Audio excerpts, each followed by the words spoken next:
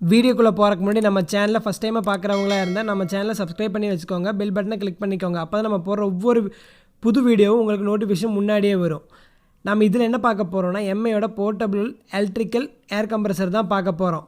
இதோட மீன்ஸ் இந்த ஏர் கம்ப்ரஸரோட full details எப்படி யூஸ் பண்ணணும், என்னென்ன உள்ளே கொடுத்துருக்காங்க அவங்கங்கிறத பற்றி மொத்தமாகவே இதில் நம்ம பார்க்க போகிறோம். இந்த வீடியோ உங்களுக்கு யூஸ்ஃபுல்லாக இருந்துச்சுன்னா இந்த வீடியோ ஃபுல்லாக பார்த்ததுக்கப்புறம் இந்த வீடியோக்கு ஒரு லைக் பண்ணுங்கள். உங்கள் ஃப்ரெண்ட்ஸ் யாருக்காவது இது ப்ராடக்ட் வாங்கி கொடுக்குற மாதிரி சஜஸ்ட் பண்ணுற மாதிரி இருந்தீங்கன்னா அவங்களுக்கு இந்த வீடியோவும் ஷேர் பண்ணுங்கள். தெரியாதவங்களுக்கு இந்த வீடியோ ஷேர் பண்ணுங்கள், ரொம்ப யூஸ்ஃபுல்லாக இருக்கும். அப்புறம் இதில் ஏதாவது டவுட் ஏதாவது இருந்துச்சுன்னா நீங்கள் இன்ஸ்டாகிராமில் ஃபாலோ பண்ணி டைரெக்டாக எனக்கு மெசேஜ் பண்ணால் நான் அதுக்கு ரிப்ளை கொடுப்பேன். இது நீங்கள் வாங்குறீங்களா இல்லையாங்கிறத கமெண்டில் சொல்லுங்கள். வாங்க இந்த வீடியோக்குள்ளே போகலாம். ஃபஸ்ட்டு இதை நான் ஓப்பன் பண்ணிவிட்டு என்ன கொடுத்துருக்காங்கன்னா ஒரு டிவைஸ் கொடுத்துருக்காங்க. இதுதான் நம்மளோட ஏர் கம்ப்ரஸர். சின்னதாக ஒரு பூட்டு மாதிரி கொடுத்துருக்காங்க. என்னோடய கையோட இந்த அளவு தான் இருக்குது. அதுக்கப்புறம் ஒரு மேனுவல் கொடுத்துருக்காங்க. அதுக்கப்புறம் பார்த்திங்கன்னா மேலே ஒரு பவுச் கொடுத்துருக்காங்க. பவுச் எதுக்குன்னு சொன்னிங்கன்னா இந்த டிவைஸை அதில் போட்டு வைக்கிறதுக்காக இந்த பவுச் கொடுத்துருக்காங்க. அப்புறம் என்னமோ ஒரு கவர் கொடுத்துருக்காங்க. அதை ஓப்பன் பண்ணி பார்ப்போம்.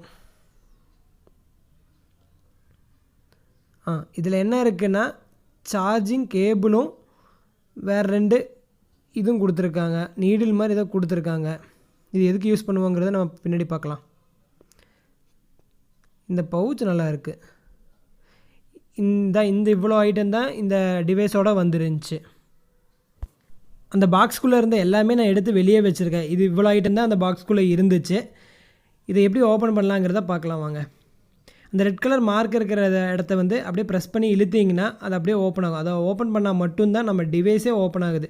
மீன்ஸ் அந்த டிஜிட்டல் டிஸ்பிளேலே நம்பர் காட்டுது. அது வரைக்கும் எதுவுமே காட்டாது, எம்டியாக தான் இருக்கும்.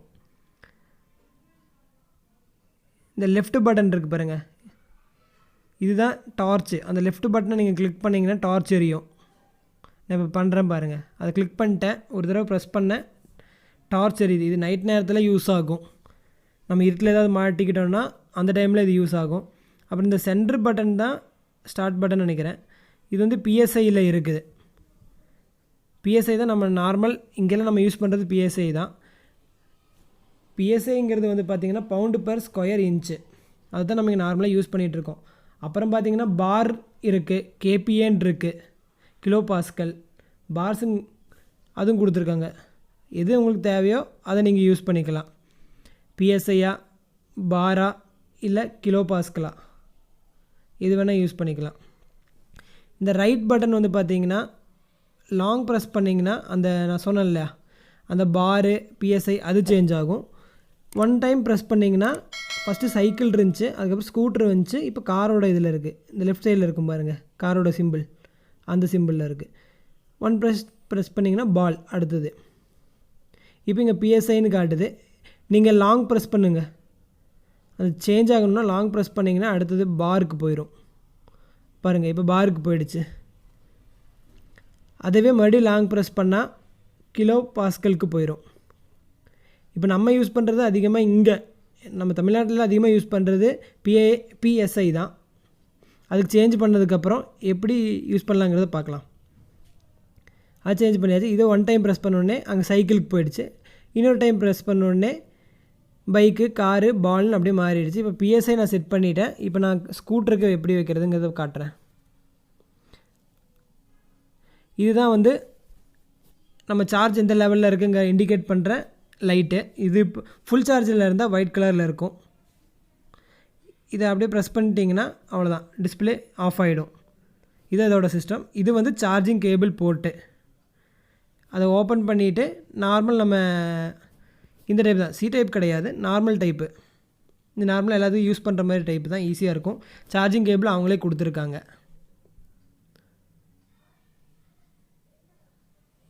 இப்போ இந்த சைக்கிளுக்கெல்லாம் எப்படி ஏர் அடிக்கிறது, பாலுக்கு எப்படி அடிக்கிறதுங்கிறத பார்க்கலாம். இது பாலுக்கு, ஃபுட்பாலு இந்த மாதிரி வாலிபாலுக்கெல்லாம் ஏர் அடிக்கிறது இந்த மாதிரி சிஸ்டம்னு நினைக்கிறேன். இதை எப்படி கனெக்ட் பண்ணுறதுங்கிறத பார்க்கலாம் வாங்க. நார்மலாக அந்த இதில் நீங்கள் அந்த பாலுக்கு ஏர் அடிக்கிற இது நீடில் இது பண்ணால் இன்சர்ட் பண்ணால் போதும். இது பாலுக்கு ஏர் அடிக்கிறது.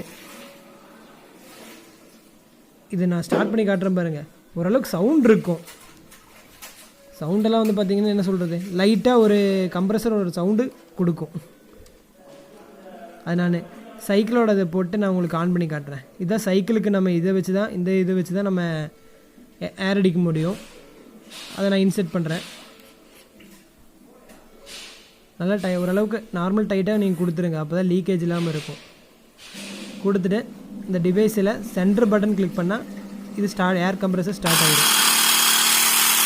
சவுண்டெல்லாம் ஓரளவுக்கு இருக்குங்க, சவுண்ட் இல்லாமல் எங்கே சைலண்டெல்லாம் கிடையாது. ஒரு ஏர் கம்ப்ரஸர் ஆன் பண்ணால் எப்படி இருக்குமோ அந்தளவுக்கு பெரிய கம்ப்ரஸர் இல்லாத சவுண்டாக இருந்தாலும் இது சின்னதுக்கு எவ்வளோ கொடுக்க முடியுமோ சவுண்டு அதை இது கொடுக்குது. இது எப்படியே பண்ணிட்டீங்கன்னா நார்மலாக ஆஃப் ஆயிரும் டிஸ்பிளே.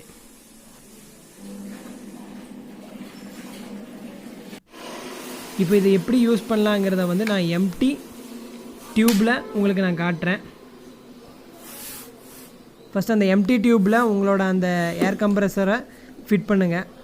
நார்மல் இது வந்து பைக்கோட டயர் தான், அதனால் நான் அந்த சைக்கிளோட இதை போடலை, நான் நார்மல் அந்த பைக்கோடதே தான் வச்சு கனெக்ட் பண்ணிகிட்ருக்கேன்.